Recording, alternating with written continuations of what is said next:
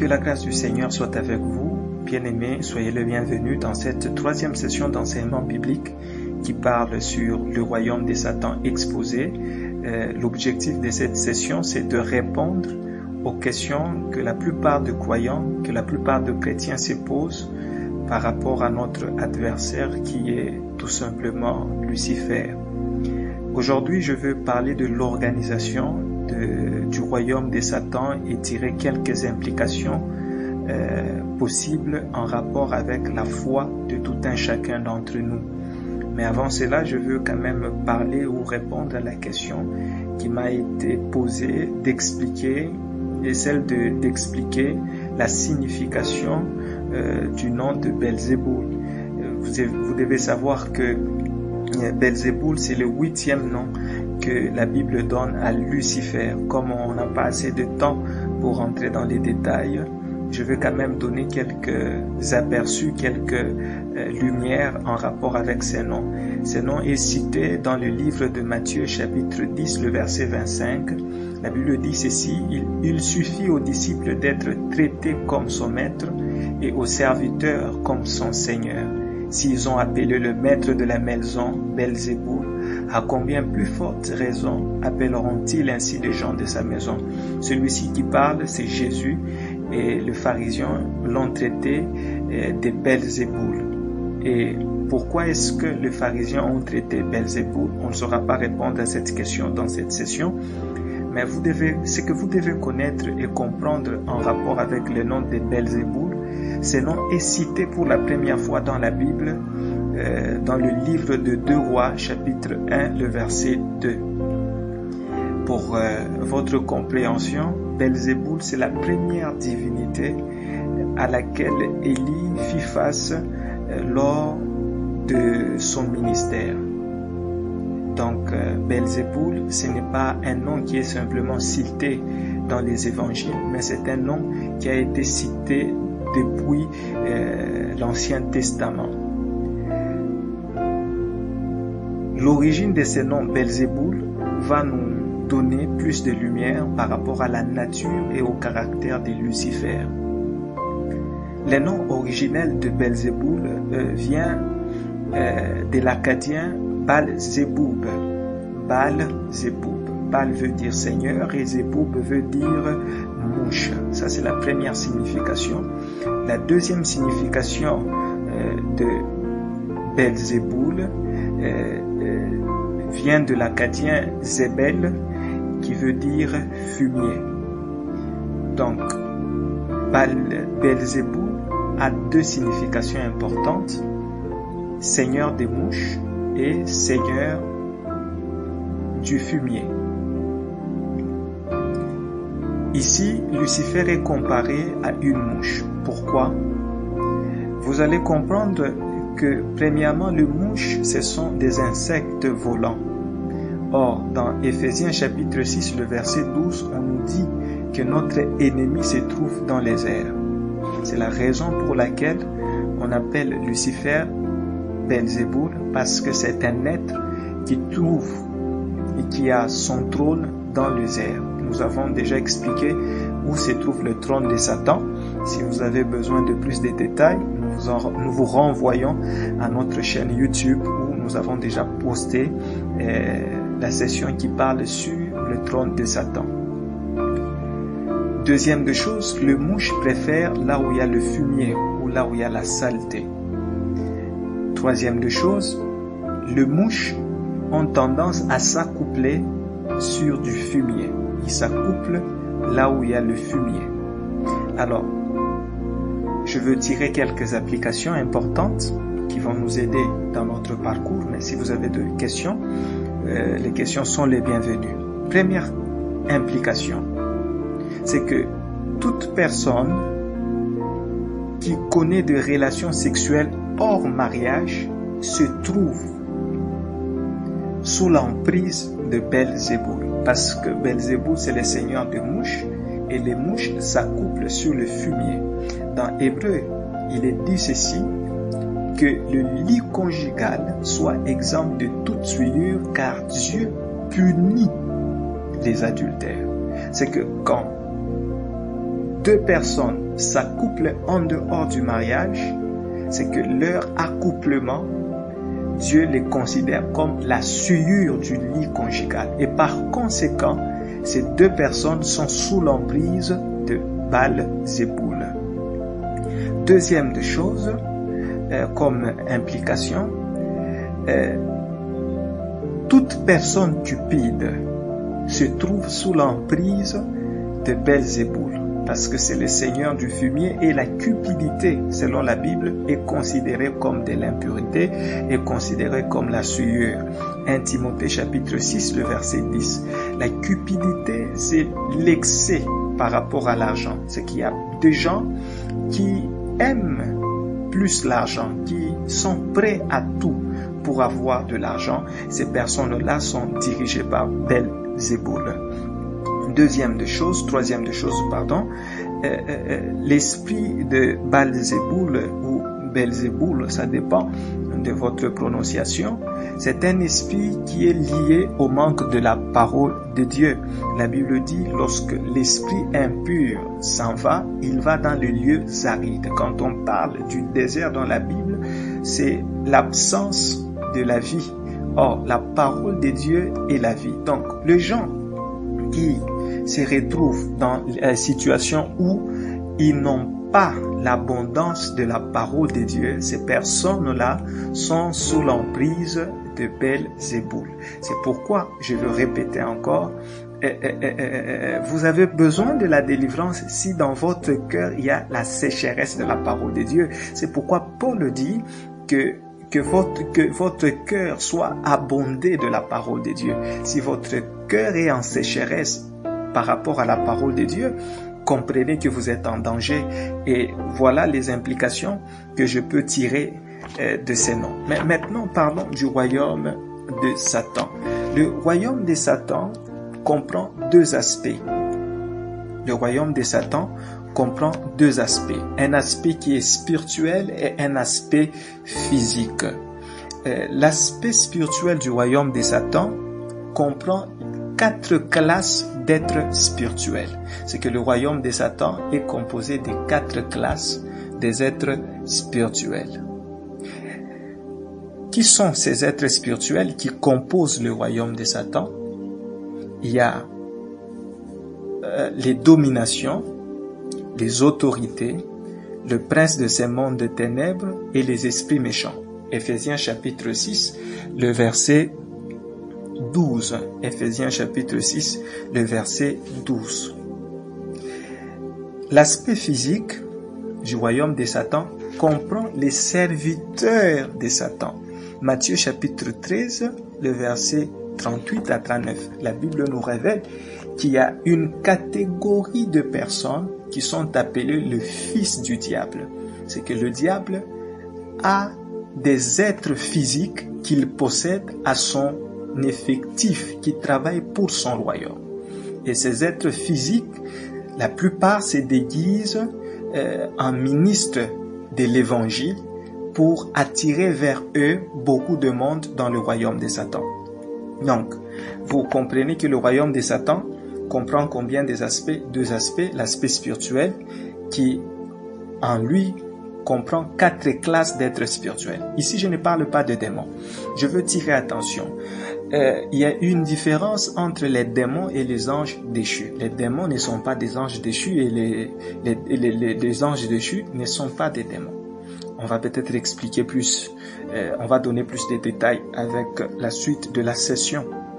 Et dans le royaume de Satan, il y a 7 pouvoirs. Le diable possède 7 pouvoirs qu'il utilise pour détruire la vie des enfants de Dieu et la vie des païens.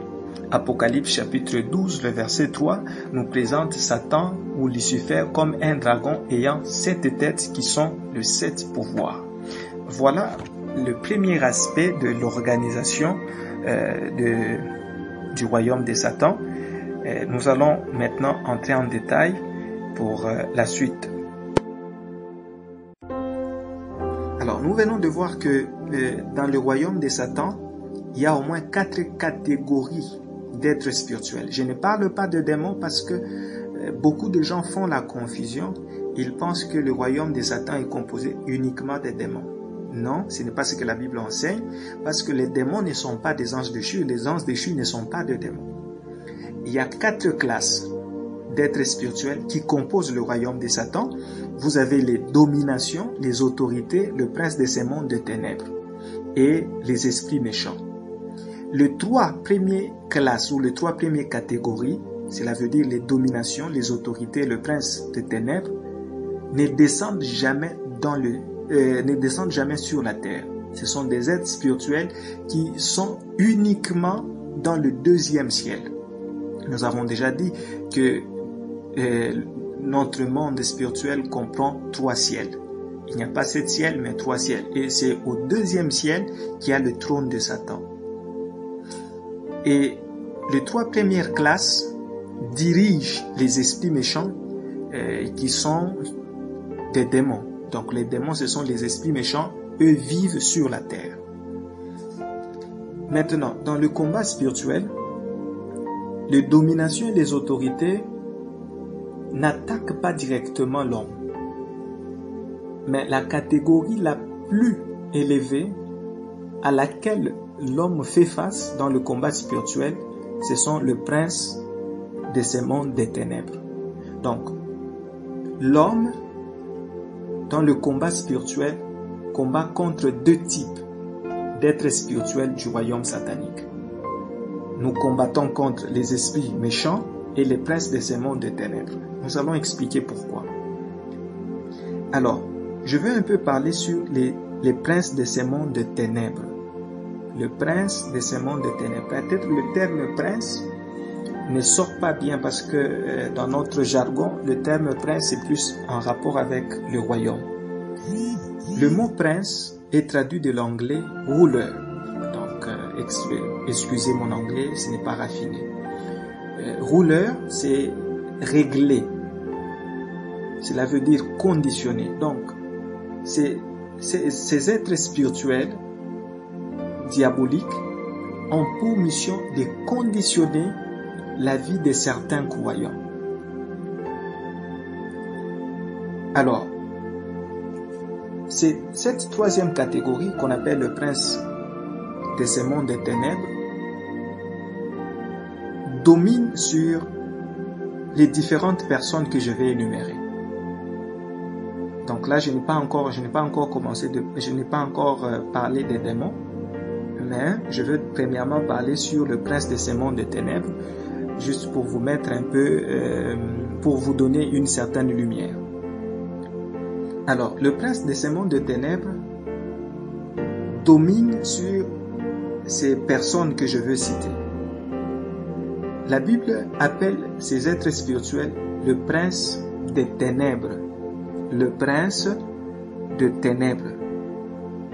Donc, ce sont des démons, ce sont des êtres spirituels maléfiques qui dominent sur ceux-là qui vivent dans les ténèbres. Et quand on parle de ténèbres, nous ne voyons pas l'obscurité. Il faut faire attention. Ténèbres n'est pas égal à l'obscurité.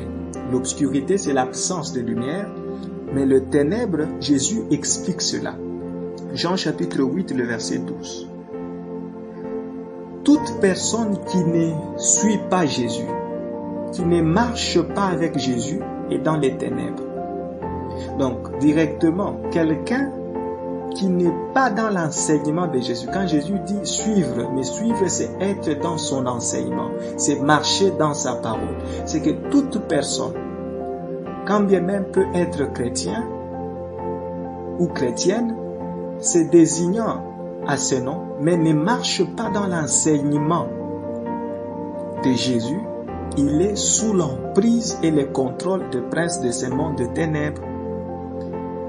Deuxièmement, Jésus explique que le ténèbre, ce sont les personnes qui ne croient pas en lui. Jean 12, le verset 46. Donc, toute personne qui n'a jamais reçu Jésus-Christ comme étant son Seigneur et son Sauveur est sous l'emprise du prince de ce monde de ténèbres. Et troisième type de personnes, ce sont les personnes qui vivent dans l'ignorance. Jean chapitre 3, le verset 19. Donc, si vous vous retrouvez dans l'ignorance par rapport à la parole de Dieu, vous n'avez jamais reçu Jésus-Christ comme étant votre Seigneur et Sauveur, et vous ne marchez pas selon l'enseignement de Jésus, comprenez que celui qui règne sur vous, c'est le prince de ce monde de ténèbres. Donc voilà cet aperçu cette lumière en rapport avec le prince de ce monde de ténèbres. Mais nous allons essayer d'expliquer les autres classes si le temps nous le permet. Mais parlons maintenant des esprits méchants. Les esprits méchants. Les esprits méchants, c'est ce que nous appelons communément les démons. Les démons, ce sont les esprits méchants. Nous allons d'abord donner les caractéristiques des démons ou les caractères des démons. Nous n'allons pas terminer tous les caractères, mais nous allons quand même énumérer quelques-uns. Les caractères des démons, qu'on appelle les esprits méchants. Les démons possèdent une volonté. Matthieu chapitre 12, le verset 44. Les démons possèdent quoi? Une volonté. Certaines personnes se retrouvent dans des situations telles que ils sentent que leur volonté ne s'exprime pas. Je vais prendre un exemple. Paul dit, quand je veux faire le bien, quand j'ai la volonté de faire le bien, je n'arrive pas. C'est que votre volonté se trouve inhibée, bloquée. Vous avez la volonté de lire la Bible. Vous avez la volonté de prier. Vous avez la volonté de jeûner, mais vous n'y arrivez pas. C'est que les démons bloquent votre volonté afin d'imposer leur propre volonté. Et cette propre volonté peut se manifester sous diverses formes. Les démons vont vous donner la volonté de la paresse, de la négligence. Ça, c'est le premier aspect. Vous avez la volonté de vous garder pur, mais vous sentez qu'il y a une autre volonté qui s'impose sur vous. Si vous sentez maintenant là, qu'il y a une volonté autre que la vôtre qui s'impose sur vous, vous avez besoin de la délivrance. Deuxième caractère, les démons ont une émotion. Ils possèdent l'émotion. Jacques chapitre 2, le verset 19. Il y a certaines émotions. Les émotions sont normales. Mais il y a certaines émotions qui sont imposées par le diable. Vous vous réveillez la nuit et vous sentez une peur soudaine vous saisir. Vous n'arrivez pas à comprendre d'où vient cette peur. La peur, c'est une émotion. Vous sentez une peur s'accaparer de votre cœur. Et vous vous posez la question, d'où vient cette peur? Comprenez que ce sont des esprits méchants qui imposent leurs émotions dans votre vie. Il y a d'autres personnes qui ont des émotions exagérées. Cela veut dire ils n'ont pas la maîtrise de leurs émotions. Quand il s'agit des